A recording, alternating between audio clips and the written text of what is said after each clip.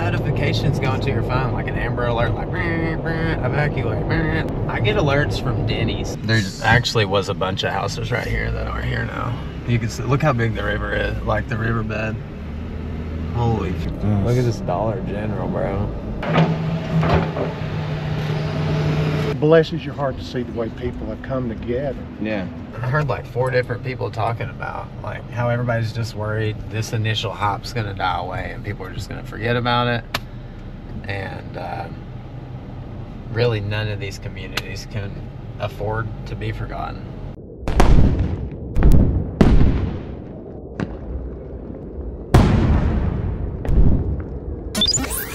Your guide to the truth. The new AmericanMedia.com.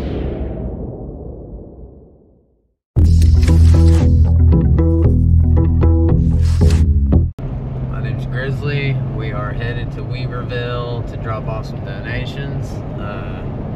We're going to be going through some pretty flooded out areas. Really, we're going to kind of go in and check in and try to make some connections with some people down here. And we're taking a big load of supplies, and then we're going to head over to Newland and hopefully get some volunteer in and just kind of see what people need. I don't really know what to expect until we just get down here. Everybody that I know that has been down here has said like it's like worse than, you know, you can really imagine, or like watching it on a camera doesn't really give it any justice. So I guess we're about to see for ourselves kind of the real situation. There's no organization. There's no like feds stepping in to even help kind of rally and help organize the people. It's just like completely community driven support between all these counties. I think there's like 28 counties they said, and 26 are in like a pretty devastated state. So FEMA's response has been underwhelming, or it's been zero, it's been non-existent, something along those lines? I can't say it's been zero, but from what I gather, nobody's even seen any of them, period. Like unless you're in Asheville, they've went to a few places to do like assessments, whatever that means, to see if they can get funding, and then basically they're like, oh well, we can't, so bye. At this point, basically people are just being told their lives and their towns aren't worth the extra money from the government.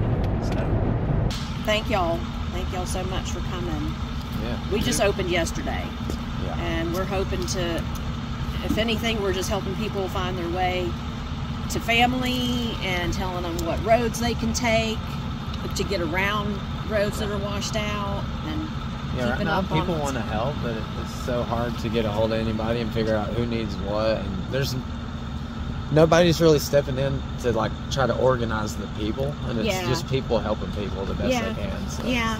I honestly don't know how the economy is going to build back here, because most of these towns are Appalachian Trail towns, so they're really dependent on the tourism, on like people coming to hike and bike, and a lot of these towns are on the trail, so people hike through and like stay there, and that's when they make all their money, is during that season. The whole Appalachian Trail is like, there's landslides, like the trail's gone, there's new waterfalls, there's so who knows how many people are even just like lost in the woods right now, and not being searched for because everything else is going on. Do we know how many people are missing and unaccounted for at this point? There's the mainstream narrative. As far as I know, there's, you know, still like 10, 15,000 missing or unaccounted for, and it's hard to say what those numbers will look like. Fill up any jugs with water you can. Water. Good point. And batteries for flashlights. Things that you can eat without heating up. Yeah. You know, that's a good thing. And always be prepared. Always be prepared. We're probably gonna see like a year from now before they do like official tests and stuff. And that's just kind of a way, I think, for, you know, by then people will kind of forget about it, and there'll be another thing happening, and they'll kind of release it, and people will just be like, oh, well, that was bad. My mind's blown that how many places there was not like any federal rescue mission, period. There was just no rescue effort. And now they're just saying like, oh, we can't afford to do recoveries, it'd be too expensive. You know, that's just so mind-blowing to me. It's sick. we're supposed to be the richest country, the most powerful country. We got all the resources, and they didn't do it. So now it's up to us. You know, what do we do with that information going forward? Because it's just a matter of time before more things happen like this. And do we want to keep like paying these people? The most positive thing is this is forcing people to remember what they're capable of, and it's forcing the people to come together.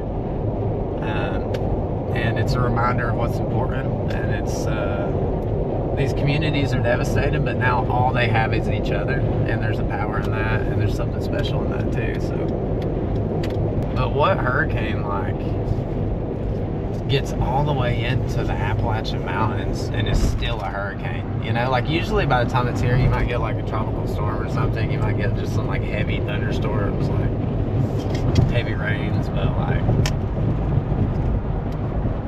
it hit this place, it was a freaking hurricane, you know, like straight up, like didn't break apart at all. Because usually they'll hit the coast of Florida, and by the time they're at mid-Florida, they've like weakened significantly. So how do you get all the way to Asheville? But there was no notifications going to your phone, like an Amber Alert, like evacuate, like this town, this area evacuate. No, I just happened to look at Facebook and was like, oh, holy fuck, like, do I know anybody that lives here? Like, I need to call them, you know, like, get out of there. Like, nobody knew about the shit. It just came, like, in the nighttime, and just, a lot of people just went to bed and just didn't wake up, you know what I'm saying? It's just, I get alerts from Denny's, like, once a week, and I haven't eaten there in 20 years, and I don't know why they have my number. So why the fuck can't the government text me that there's a damn flash flood? You know what I'm saying? That's insane, like. If Denny's can do it, the feds can fucking get their shit together. That's all I'm saying. Like, this whole area, the Appalachian Mountains, this is the place that I've always felt safe, and the place that I love. And all these towns, it's literally like a nuke went off, and they're just gone. And now everybody's having to figure out how to put that back together. Nobody has the right answer, and we're not getting any guidance from anybody else. But there actually was a bunch of houses right here that are here now. You can see, look how big the river is, like the riverbed. Holy fuck, dude.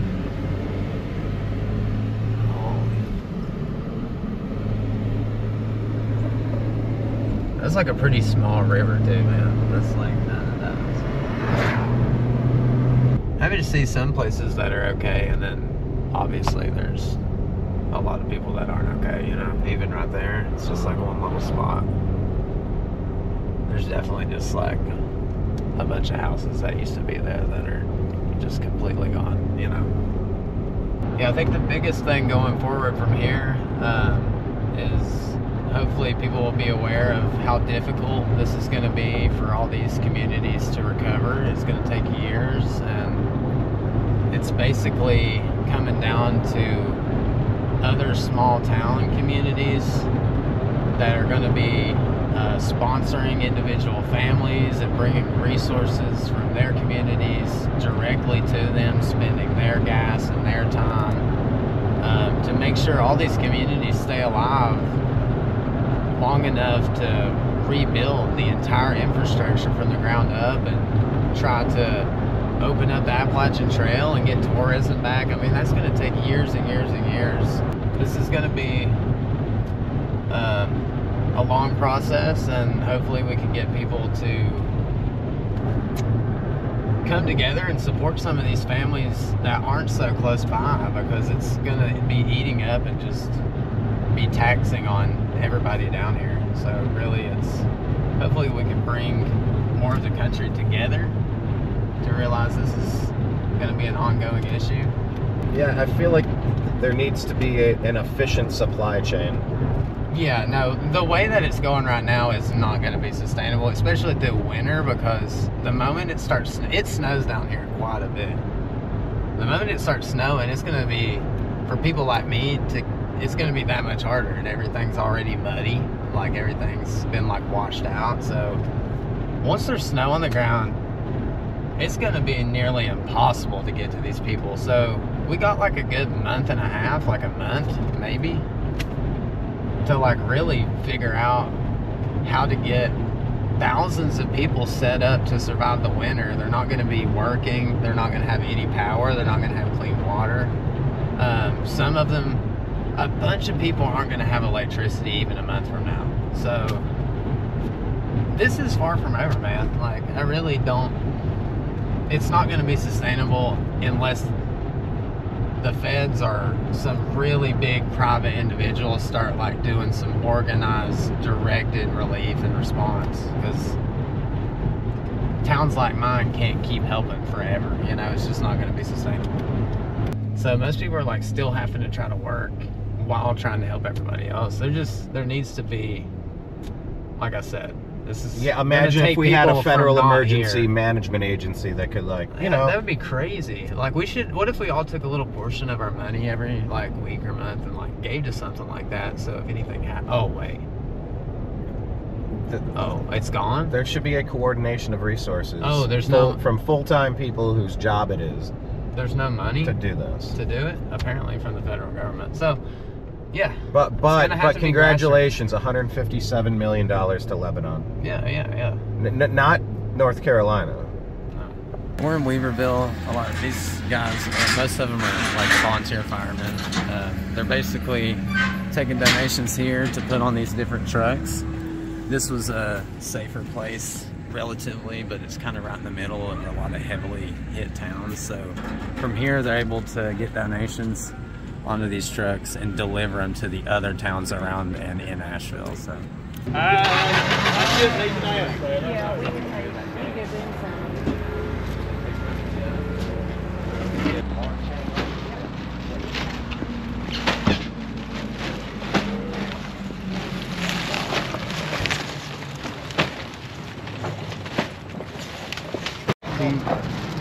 Emergency supply chain.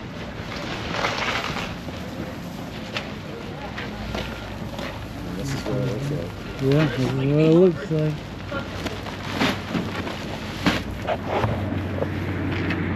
All right, let me check. Thank you. And you said that name? Oh, there you go. On that side.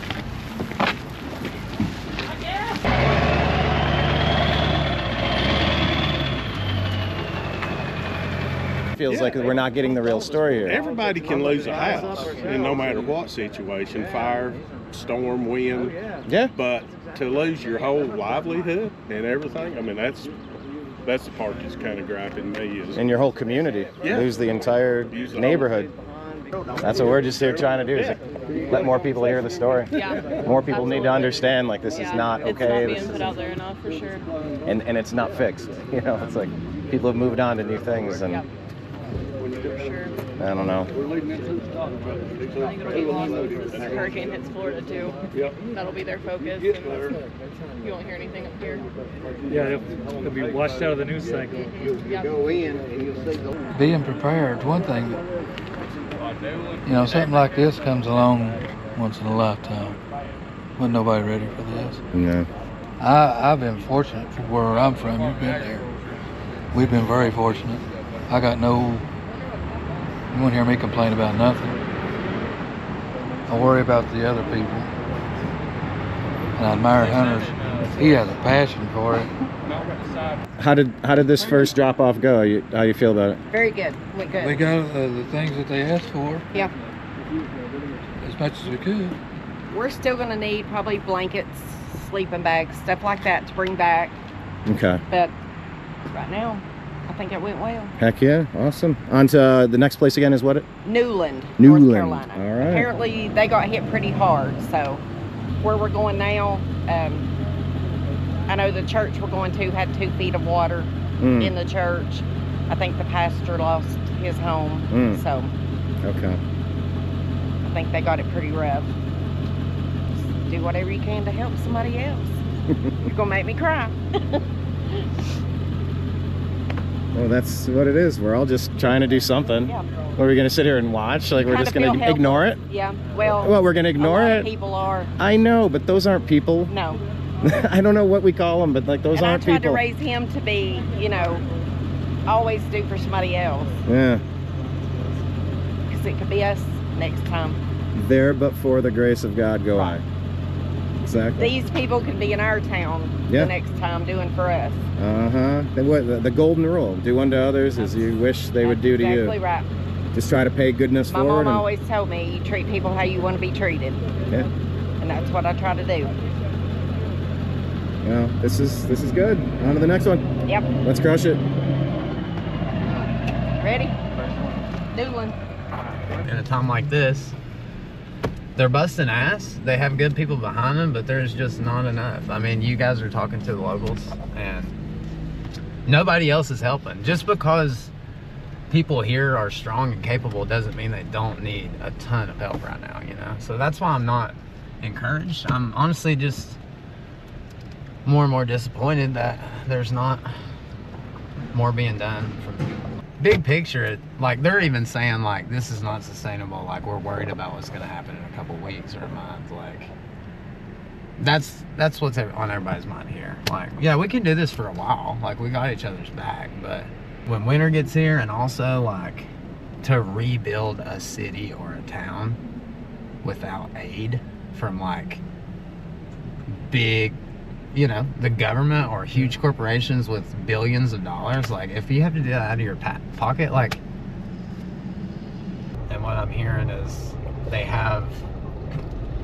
they're supposed to be refrigerated trucks to be like temporary places to hold these bodies. They're supposed to just be kind of like filling them up with body bags, and they're supposed to be like sitting until people can identify them. Until they do that, they don't really have to claim that there's a death.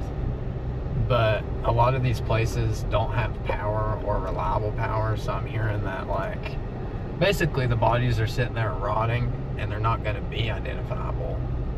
So who knows how long it'll take for an accurate body count, or if they'll just count those as missing people and just move on. Like, but yeah, it's basically what's happening from what I'm gathering.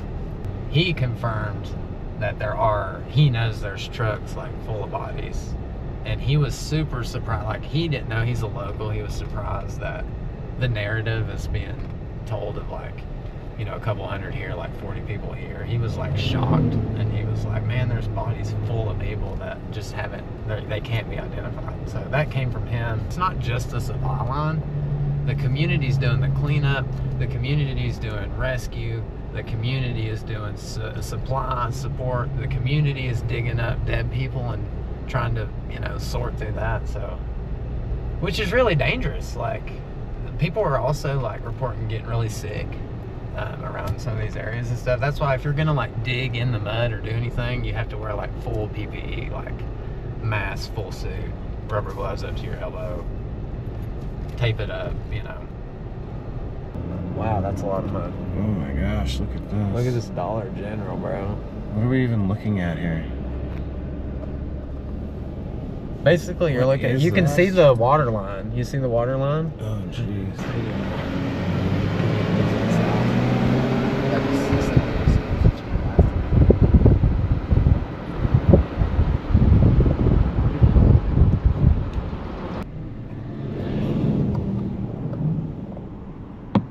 Look, you can see the water was on the side, up there on that second window.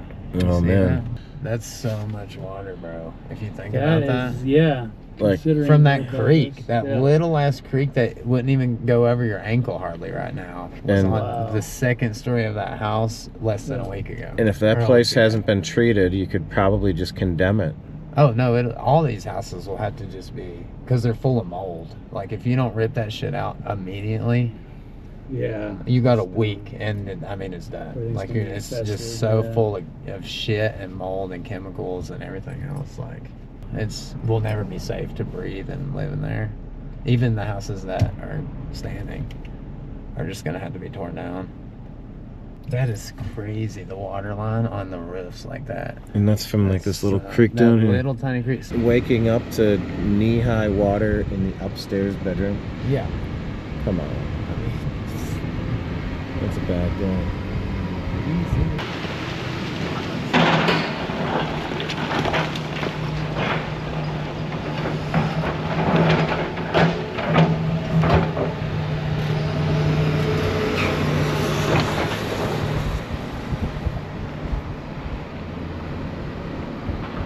I was just saying, like, it speaks a lot that the mainstream constantly, all they do is like show people the worst shit going on in the world that they should be afraid of all the time. And then an actual situation happens that's super horrible, like a natural disaster, catastrophic.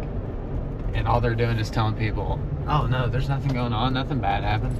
You know, like they're usually, that's the fuel they're looking for to scare people. And now they're just like super underplaying it, which is such a different move than what they do all the time, you know? Like, we just Drop-off center. Church, Entrance temporarily closed to the RV resort. Oh, Jesus. this whole gas station's modded out, even, you know, like.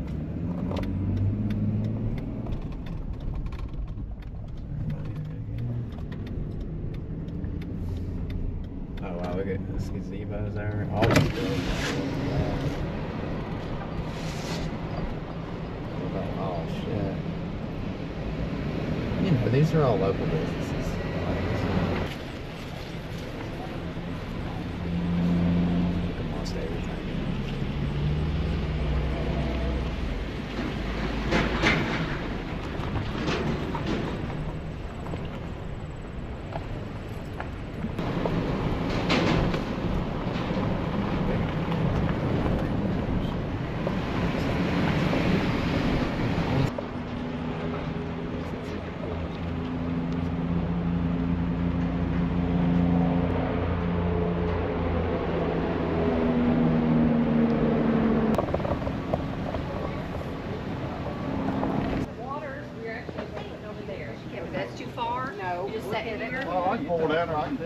Okay, and then just you can set out stuff right here. It'll be great. Thank you all, and God bless y'all so much. Y'all are awesome. We appreciate it. Yeah, This is my son. They're all with us. Oh, okay. We've got it.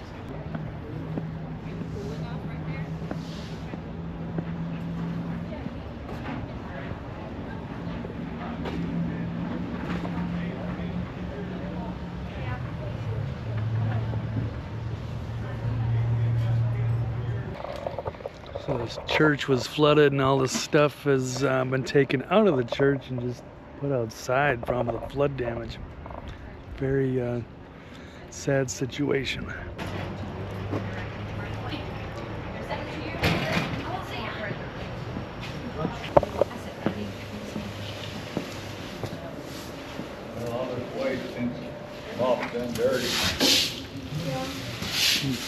The fire department knows more of that kind of Yeah. need out. We're just trying to anybody who comes by here to get the word out that we're here with supplies. You guys got your And hands then up. we have a crew that's in the church doing, but yeah, we've got a crew. We got a schedule for every people to keep out here going for a while, as long as we Do possibly you all can. have a need to get stuff here to people that can't?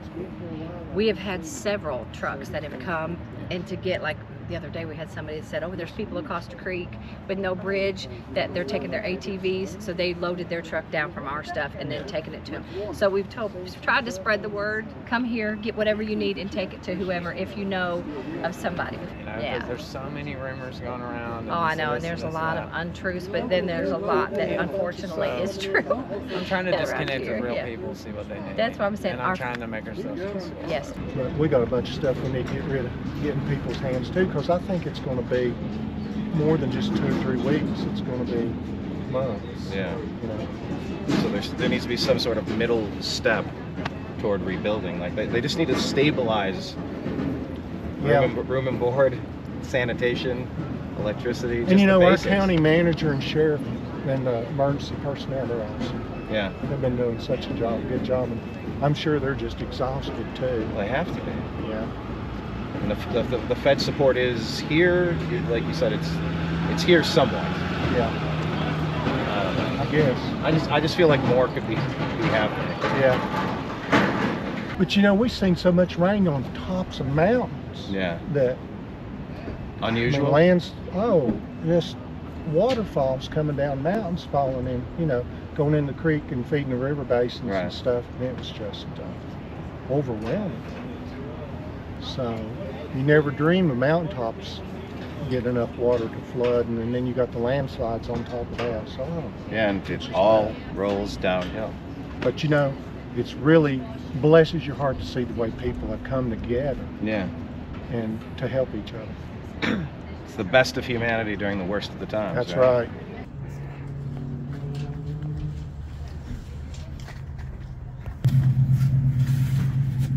I like your system. It's very organized.